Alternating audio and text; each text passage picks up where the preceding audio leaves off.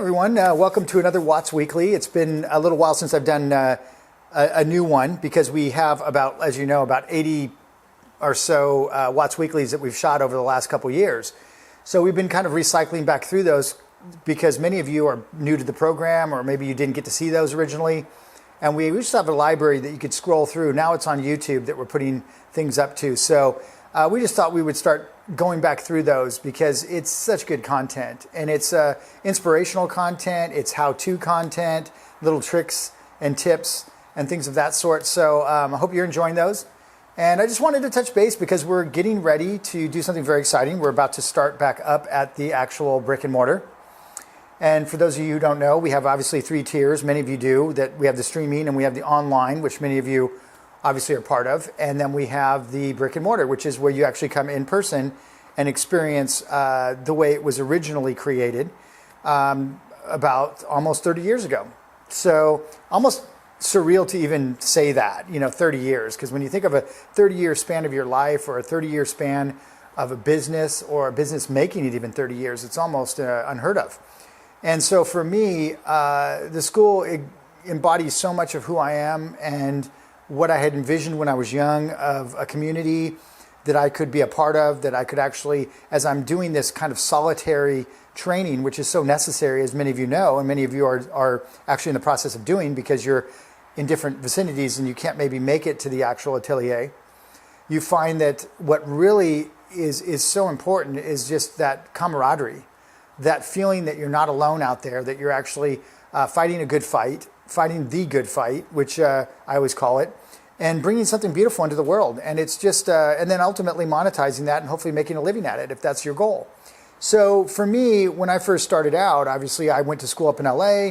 I came down to San Diego, couldn't find anything, started a small workshop type, environment in downtown San Diego. And it was very small. I mean, it was the most humble thing you've ever seen. I mean, it was literally like a small, 10 by 10 room with 6 people in it that could barely fit in, and a model stand that was shoved up against the corner. So a lot of people think, you see people at their present state in their careers or where they're at professionally, and you think they were always there, or they must have always been successful, or they must have always had these different things accessible to them. And I'm here to say that no, that's not the way it works. You kind of have to forge your way, usually build your way into something special. They don't just manifest by clicking your fingers or by rolling dice or bones or whatever you want to call it.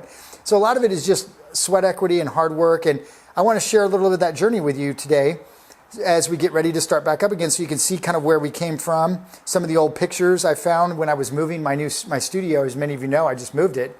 I was finding all these stacks and crates full of old memorabilia, photos, brochures. We used to do these brochures that were literally almost like books, and maybe one of these times I'll do a little Watts Weekly on those, and we can shoot through all the old ones and look at some of them because they're really special. They're really cool.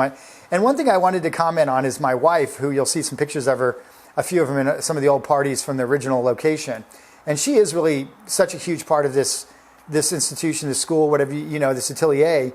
And I just want to comment on that because she's pretty shy. She doesn't really normally, her presence isn't as known as how much she does for the school. So one of these times we'll do a Watts Weekly where I'll see if I can coerce her in here, and we'll do a little bit of something where we share a little something about the school, or we talk a little bit about our, how we grew it and what it was like, because there's so much richness and depth to this particular atelier. And that's one of the cool things about ateliers, whether you're a part of ours or maybe even some of the other ones. They're kind of trial by fire. So you kind of earn your way up through the ranks of becoming a legitimate educational facility of some sort. Many of them, can drive off into maybe becoming more institutionalized, maybe a little bit more accredited, and you lose a little bit of that mom and pop subtle feel that is so special to ateliers. It's really, you really get to know the owners. Like when someone has an issue, it usually is me that's dealing with it, right? Or if the trash has to be taken out, or I'm, doing the janitorial service, or Krista's over doing the brochure. It's just a really organic, special feel, because you don't find that anymore. Like if you go to some of the bigger art schools, you're not going to know who the owner is. You're never going to see them. You're not even going to know who owns that thing. So it becomes kind of gentrified. It becomes a little bit more, stale. It doesn't have that that richness of the old ateliers of the turn of the century, where I could only imagine like stumbling into Bouguereau's atelier or Jerome or any of these guys. It must have been just wildly earthy and organic and just full of spirit and life. So that's kind of really what ateliers are. And that's why, again, when I show this stuff, like here's one of the special things about what we do at the Atelier, as many of you know, is we demonstrate all that we know all the time, and we try to do the best possible job we can to convey how we learn that and to help you become similar in your skill sets, right? And there's only one way I know to do that. That's to work in front of people and to work on their actual pieces. And that's a very, very, very, very difficult thing to do well, consistently, day in, day out, year in, year out. It's just, when I think back on it, it's quite humbling, you know. But luckily I have an aptitude for it. Many of the guys that came through have an aptitude for it, and ultimately you cultivate a style. So in here, you'll see some of these images. This is me actually demoing, which a lot of you don't know, but I used to do a lot of fantasy work. So here's Frank Frazetta over here. Here's a little rough sketch up here, and here's a gouache painting right here. And I'm actually demonstrating in this particular class. It was an illustration class. I used to teach all the illustration classes to Eric and Lucas and all the guys that went on now to become really great illustrators. So had a little bit of a hand in that. But this was an interesting thing because a lot of people don't know me as much as my illustration background as they do really with my fine art background. And I love both equally. And I wane and banter back and forth. I'm kind of heading back towards doing some fun illustration stuff just for myself. But anyway, this is me demoing, quite a bit younger. I think I must have been about 28, maybe there, 29. We've had 4 locations for the Atelier. The original one was in downtown San Diego, and we'll see some of those images in a bit. All I have is little tiny 4x6, 5x7 images of that. But this is what a common radiating classroom of ours looks like. You have everybody kind of coming together and watching the instructor doing their demonstration and conveying the concepts and principles that they want you to start to mimic. And then you'll then go and take your position, and you'll start obviously to work on your drawing, and then we'll come around individually and we will put tracing paper over the work, and we will use those tracing layovers to make those corrections without actually touching the original picture. Unless, of course, it's someone extremely advanced, like say Eric's taking my class, which we still take classes all the time. And I'll be in classes all the time. And I might come around and see something I could assist him with. I might actually just draw right on his actual drawing, if he permits me to do so. And usually we have such confidence in our instructors that people don't mind. It actually is quite an honor.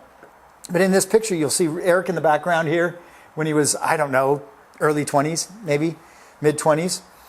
This is Ron Lemon, who used to teach for us for many, many, many years. He's up at LA Fig Arts now. We've got all these different, Steve taught for us. Ed helped me put the Bridgman book together just recently. He used to be a student for many, many, many years. Jason went on to work at Rockstar as one of their lead conceptors. He was just maybe 16, 17 when he came out to start studying. Here he's probably mid-20s. He also became a teacher. So what happens is, a lot of times, as many of you know, we groom our teachers from within the program, and that way the program stays very cohesive, very consistent, and at an extremely strong, high level, because I have a lot of influence on teaching them how to teach. And now other guys like Eric, who are now seasoned teachers, and we all are such exceptional teachers now that the next generation coming up takes their place as an assistant teacher and then becomes a teacher themselves, and then ultimately a professional, and then they continue to train their whole life, right? So it's not a finite thing that you're going to train for a short period of time. And this is something that we'll talk about in a Watts Weekly down the road a little bit with some of you, is just more, again, that motivational aspect of repetition of training, not just taking a phase once and thinking that that's the definitive finish of that phase. That's just the beginning, right? Now, here's my father when he was quite a bit younger. I mean, obviously, we're all getting on in age, and we can't stop that. So what we want to try to do is get our skills up as quickly and efficiently as possible so that we have as many years of our prime years as we can to express ourselves at the highest level, not only technically, but inspirationally, philosophically, spiritually, whatever you want to look at. So this is my dad teaching a plein air class. He's got some paintings lined up here. You can see the wall hangers in the back of the drawings. Quite a stark room because we didn't really own this particular space, and so it was very hard to fix it up a lot because it's expensive and you don't own the place, right? So it's kind of more bare bones. But it was a good stepping stone to where we're at now. But here he is critiquing some plein air. Here's him teaching plein air in the very beginning. And ultimately, his classes got extremely large. When we first started, it was probably this group right here. It was me and about 3 other people, because no one knew who my father was. No one understood how good of a painter he was and how great of an illustrator and composer. And plein air was one of his passions. So I kind of coerced him into teaching. He didn't really want to. And I remember I kind of just thought it would be a good idea for him to kind of get out of the studio, pass on what he knows.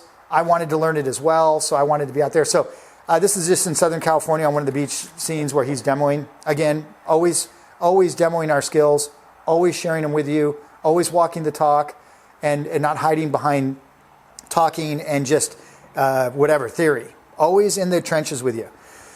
Here's me teaching Brad. Brad helped me build out my school presently. He's also built all the easels in our school, and he has a line called Sienna. It's Sienna easels, and it's quite big now, but he does incredible designs. It's amazing. So that's me actually just working on one of his paintings. I think I was taking my dad's class, and if I was in it, my dad was having a hard time getting around to everybody, or he was kind of bogged down, I would jump in and teach a little bit to help him out. Here's another one of me in an illustration class, I believe, and this is, again, you can see, as we do this, I'll drop it down a little bit, but you can see the intensity of everyone watching and how, this is where you really learn how someone holds a brush, how someone approaches the painting, how they, all the different aspects of what makes picture making. And here I'm using airbrush and Prismacolor. I think I was doing a large, full-blown Star Wars movie poster, start to finish, all the different reference.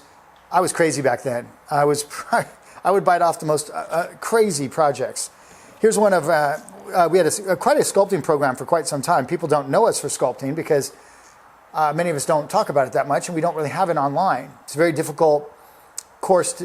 For me, I could probably teach it, but I feel like I took it mostly just to three-dimensionalize my knowledge base a little bit more, and mostly for anatomical knowledge depth. And so this is one of our classes, my brother actually posing. And then this is a bust that Andrew was demoing of that. Here's Marty, who was a good friend of mine and also went through the program for many, many years. Became an animator, became a great sculptor, just a really talented guy, incredible with anatomy. Just an amazing teacher. So I took that class many times, and I taught it a few times as well, which is écorché sculpting. Here's Andrew teaching, an old teacher of ours, doing a demonstration from the model again. You can see how the model is set up and everything, and just it's a really organic, straightforward, no frills style of teaching painting and drawing. And that's what's so, I think, compelling about our school, is that it really exemplifies those values of the turn of the century ateliers, whether it's in Spain or Italy or the ones that were in that vicinity, or France. You see that the common denominator was the skills were slowly and meticulously passed on through repetition to the next generation. And they were done as an honor to teach, but also as a rite of passage in a way to become a true master. And then the students would take their role in becoming in that pecking order, and they would work their ways up. And you would just cycle through new masters over time. And does everyone become a master? No. Not everyone's called to that level of intense training and that dedication. But I think many of you that are in this online program, that have witnessed the streaming, that have come in person and then gone back to online, you realize that there is no real magic bullet, no special pen, no magic book, no special pencil. It's really just intelligent, consistent application of effort in a very specific vector. Being, I want to be a professional portrait painter. I want to be this. I want to be that. And then just working day in and day out. And you don't have to be maniacal. You don't have to be fanatical. You don't have to burn yourself out. Just ebb and flow with it naturally, and you'll find yourself going through that. So I will now show you some of the original pictures from our oldest location. I don't have pictures from every location. Some of those last ones are actually from our Del Mar location, which was, I actually do have all of them here. The only ones I actually probably don't have is the one we're sitting in right now, which you've already seen me just on the video that's up right now, the Watts Weekly, walking through and giving you a little tour of it. So you already know what that one looks like. So, okay, on to the San Diego years. Okay, so before I go on, I was going to, to the San Diego years, which was our first original location. I'll talk a little bit about how that transpired. Very fascinating. I was in my early 20s. These are still from, I think, the up the hill location, which was, we've had 4 locations, just up the hill from where we are now. And this is me again demoing a wash on an illustration. Here's me, again, this is, funny, me with the short hair, teaching in that environment, and you can see the wall hangers in the back, and it brings back so many memories, seeing the old Velasquez study, the old Gibson study. I used to take Gibsons, and I would convert them from black and white ink, and then I would do them in oil and invent them in color. So it was a nice way to kind of do that. Here's Eric teaching. Probably Ron's here taking the class, Vanessa Lemon here. They're married. She's a hell of a painter. You got Ben over here. I mean, dude, you can see how much you continue to train. Even as these guys are teachers, they're still taking classes to further their skills. And there's a little bit of competitiveness there, which is awesome. A little bit of wanting to be one up the other guy in a friendly way, and really make sure that you don't embarrass yourself when you come in to teach, right? So you got to keep your skills up. And that's one of the coolest things is I doubt I would have ever done the amount of training I've done as intense as I've done if I didn't have my pride and my ego and all that in the good way on the line every time I come into class. Again, it's just one of those things. I don't think I ever would have trained that intensely for that long if I didn't have that wanting to make sure that people first get their value that they're paying for. Every time someone would come in, I never took for granted. I mean, these people are taking their valuable time, their valuable money, and their energy to come in, and some are coming in from other parts of the country, some are coming in from other parts of the world. So the last thing you want to do is phone it in. I don't know how you could. I don't know how you could feel good about yourself teaching that way when you have people making such an effort, So anyway, it's kind of infectious, and it kind of propels us all forward. Here you have A teaching a sculpture class, which is really cool. He was with us for quite some time. Really great sculptor.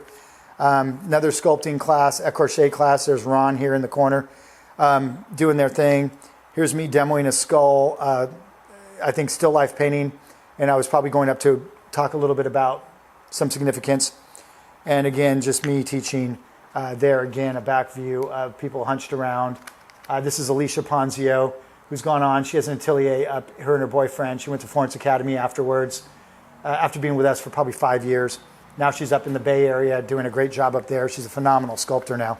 So to see all these people come in with very little skills, I would say fundamental skills, base level, and then become all these incredible professionals, teaching at these different ateliers around, starting their own ateliers, becoming high-end conceptors like Eric and Lucas, going on, and Jason, going on into fine art like Meadow and Ben and myself, and seeing all of us just propelling each other forward, lifting each other up together, standing on the shoulders of giants, Sargent, Soroya, Bouguereau, Kromskoy, Repin, Fetchin, Rockwell, Loomis, you name it, all of them, Frazetta, and just wanting to try to put our own little something into that recipe, that mix, that history of the upward push for greatness, and also just for leaving something behind when you're gone, right?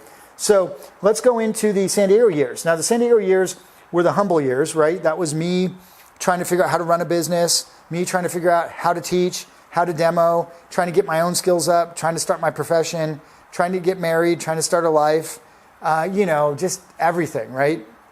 And when I think back on it, how many things I juggled, how many times I've had to work odd jobs, bartending and then teaching. I did that when I started during these years. And I was in my early 20s, right? I was 23, 24, 25, 26. It was all my 20s were like that. And it was great, and it was humbling. And I just want to get you guys to understand that the path is long, it's incredibly fruitful, it's going to be fraught with incredible challenges that you're going to grow immensely from and build character from, and that there's no, again, magic bullet, there's no easy way. The hard way, and I wouldn't even say hard, but the challenging way is the way, right? The easy way is never the way. It just does not work that way.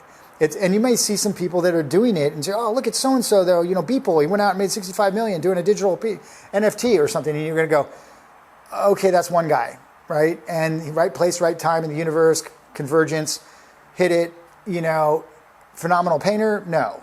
Phenomenal artist? Debatable, but in the right place at the right time for technology to converge with something different, and there you go. So there are those people, but you're not going to put your life on that, right? Being one of those. I mean, if you do, it's a long road to hoe, and God bless you. Good luck. Anyway, let's take a look back. Let's walk through here. This is our first Christmas party. And the cool thing about the Christmas party, we do it every year. Another part of community. We try to do these things throughout the year. My wife dresses the place up phenomenally, and we have, the place is all festive. We tear everything out of here. We have all the students come in. We tear down the environment. We bring in tons of food, and we have demos, and all of our teachers come in, and we do a round robin demo where we each demo on the same painting. And so all the people can bring their parents, they can bring friends, they can bring old students show up that we haven't seen for years, and we all basically just have a good time, right? I mean, that's what it's all about. It's community. It's enjoying all this stuff while you're doing the hard work, right? You get to break bread, have fun, relax for a minute, and then go back to work the next day. But it was really phenomenal. So the first one we did, it was funny because Eric worked at an Italian restaurant. He was going to San Diego State, trying to finish a degree in graphic design, and he was working full time as a chef. And so we got a huge torpedo, like 30-foot torpedo from his work. I remember we had to bring it down, and we ended up having like 10 people show up or something for the party. And it was pretty lackluster. I mean, there were so many demoralizing parts of this journey that I probably would have jumped ship if I had any kind of right sense in my brain, but it was just, somehow I kept pushing forward, and something compelled me to want to continue on in this path. And I'm so grateful that I did. But here we go. So here we have Eric and I. You can see I'm looking pretty chipper. Caught me in the holiday spirit there. But look at this table. I mean, we got like some potato chips, some I don't know, Hershey's chocolates. I don't know, some cookies my mom made or something. A little thing of soft drinks. I mean, it was pretty pathetic. But it was also just very. I mean, had you seen where I came from? This was the plush room, right? This room was where Comic-Con, San Diego Comic-Con used to be headquartered here. And I had the couple doors down, I had this little hole in the wall office. It was this beautiful building though, 1800s, old bank building. It was actually a historic building, had buckshot in the ceiling from gun battles in the 1800s. It was awesome. And I swear it was haunted too, but that's a whole nother story. But this was the projectors over here, and this was, just a really humble little area. But that's Eric and I again, just hanging out. You can see Eric's got to be all of, I don't know, 23 maybe. I don't know, 22, 23. And this is one of his first gouache paintings back here. This is one of Ron's first gouache paintings over here. It was really funny. Originally, the wall hangers, right? The wall of fame, the wall of whatever you want to call it. It's where people leave behind some of their best efforts to inspire the next generation of students coming in. And in the beginning, it was funny. It was only my drawings because I had no students, right? I hadn't gotten anyone good yet. So I think, to me, this wall represents the rite of passage. And I do one of the Watts Weeklies where I go around and show you the wall hangers, talk about them, the significance of them. And it's really a fun thing. It's kind of a carrot for you to aspire to when you come to the school, to get something on the wall, to leave your little mark on the atelier before you take off and go into the real world and have to start schlecking it out with the rest of us. Here's my dad demoing. I hoodwinked him into demoing. The funny thing with these old, I think for the first 10 years I did Christmas parties, I was always the one doing the painting, and I never got to enjoy the party at all. It was just me for 3 hours trying to get a nice sergeant study done or something to raffle off at the end of the night to help a little bit to pay for the actual party, because we didn't have that much money, right? We were kind of broke. So I was always trying to find a creative way to fund all this stuff, right? It was supposed to be a Christmas party, but it was like, damn, I don't have any money, man. We're going to have to fund this somehow. So, okay, I'll do a raffle. And some people got some awesome paintings of mine for it was like $1 a raffle ticket or something. So it was a hell of a deal. But then later what happened was I started wanting, everybody got good enough. It took a lot of years before everybody was good enough at demoing to where I could get them in the hot seat and say, okay, we're all going to demo. And now everyone's so freaking good that it's like I'm the last one to go every year. And there's nothing for me to do except sign it. I put a couple highlights on and, talk a little bit. It's really fun now. And so here's my dad again demoing, and you can see everybody just enjoying themselves and really getting a kick out of it. And it's fun to see all these old, and Eric's of course sleeping in the background, so that's a good one. He's like, yeah, just some great old memories. There's just another angle. And again, one of our sculpting teachers, Jacqueline, who's an old model of ours. So that's just a couple of those. And then we had a few more here. So there's a good friend of mine, John Davis, who art center guy. Here's Aaron Westerberg when he was a student. He's gone on to a really good career in fine art. Steve Bell, got some incredible stories about him. He went up to work at ILM ultimately. He had a paper route. He was a paper man. He would deliver papers at graveyard. And he was in his mid-30s, right? And this guy would come into class, and the sweetest guy you've ever met, and was so worried that he was too old to make it, you know? And he wasn't the most ridiculously naturally skilled guy I've ever met. But he had such a desire to do something with this. And he'd come from one of the community colleges, and it hadn't taught him much, you know. They did the best job they could. But then we took him, and over years and I was always, you can make it, Steve, you can make it, Steve. And sure enough, he went all the way up and made it to ILM. And then there was a tragic ending to it, which he passed away, unfortunately, in a car accident shortly after. But it was almost like this poetic accomplishment. Like he had accomplished what his life's purpose was, and it was time for him to go. And it was amazing. It was like, because he came down to thank me. I hadn't seen him for a couple of years. He'd gotten the job, came down to thank me personally for everything that I'd done for him and all this. And it was just a really heartfelt moment. And literally maybe a month later, he passed away.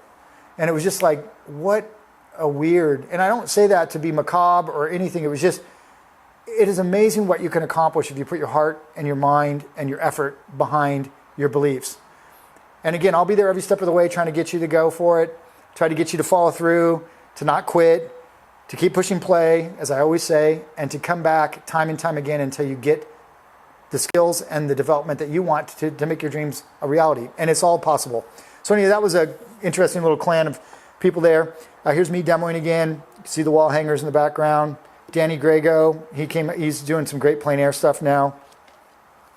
Here's again, this is a cool old building. It had a beautiful old brick wall. And just, I mean, it was an awesome room. It was one of my favorites we've ever been in. You just can't find brick in Southern California, you know. You'd have to pay a fortune. But that was, you know, I thought I'd died and gone to heaven when I got in this room. And I was about to quit. I've almost quit this school, I don't know, 20 times. And every time I went to quit, the universe conspired and said, no, not going to quit. We're going to give you this. We're going to offer you this. We're going to introduce you to this person. And literally right when I was about to quit, Comic-Con, who I thought was never going to leave this building, decided to leave and came and knocked on my door and said, hey, you know, we're going to be leaving. If you want that spot, you know, it's going to be open. And I jumped on it, and that bought me another 8 years, right? We were downtown for probably, I don't know, a good, 7, 8, 9 years. I showed in a gallery down the street. My wife worked at Bank of America down the street. And so it was just a good period of my life. And there's me demoing again. Always, a lot of times I would go in and out of having really long hair, really short hair. I'm probably going to go back to short hair pretty soon again. It's just, you know, every once in a while I get tired of the long hair thing. And, you know, I've shaved it bald. You know, I've done all kinds of crazy stuff over the years. Another thing that I don't talk a lot about is Comic-Con. And Comic-Con was one place that the school got a lot of its beginning momentum. Because I would go, and because Comic-Con was in the building I was in, I would offer to do an illustration for the back of their Dark Horse comics, advertising the Comic-Con, and then they would swap me a booth for doing that. And I would go to the booth and I would demo the whole time. And this is where I remember one year I was demoing at the San Diego Comic Convention, and we did that 18 years in a row, lugging all of our work down there, setting it all up. Poor Krista, you know, she deserves an actual Medal of Honor, I think a Nobel Peace Prize for you know, just running this place and keeping me out of jail and her, you know, whatever, you know. But it's, you know, it's just, you know, she's a sweetheart. She's an angel. You'll get to meet her, I promise. But anyway, this is me demoing at a thing called ProCon they had for a while, which was, they would bring professionals in to teach. And I did that as well for them for a couple years. It only lasted for a couple years. This was a guy that became a student of ours that moved out from Wisconsin. At that time, we didn't have a lot of students making that move across country. Now we have just all the time people moving out. And like I said, I've never had anyone regret doing it. The only thing they've always ever wanted is either stay longer, especially if they come from another country like Germany. We got a lot of German guys come in, a lot of Canadians, a lot of people from all over, Japan, I mean, you name it. And they always want to stay, but unfortunately we're non-accredited. So you have to get a visitor visa to come, and you can only stay for 3 months. And so usually that's enough to do 1 or 2 terms. Here's me at the Comic-Con with Jason, Mike, Cutter, and myself. And it's quite a funny picture. You see the Army of Darkness poster of mine back here. You see, mostly at this time, I was still had 1 foot in commercial illustration for movie work, and I had 1 foot in comic work, and I had 1 foot in fine art, and I had 1 foot in teaching. So I was trying to cover my bases, not knowing exactly where I was going to settle.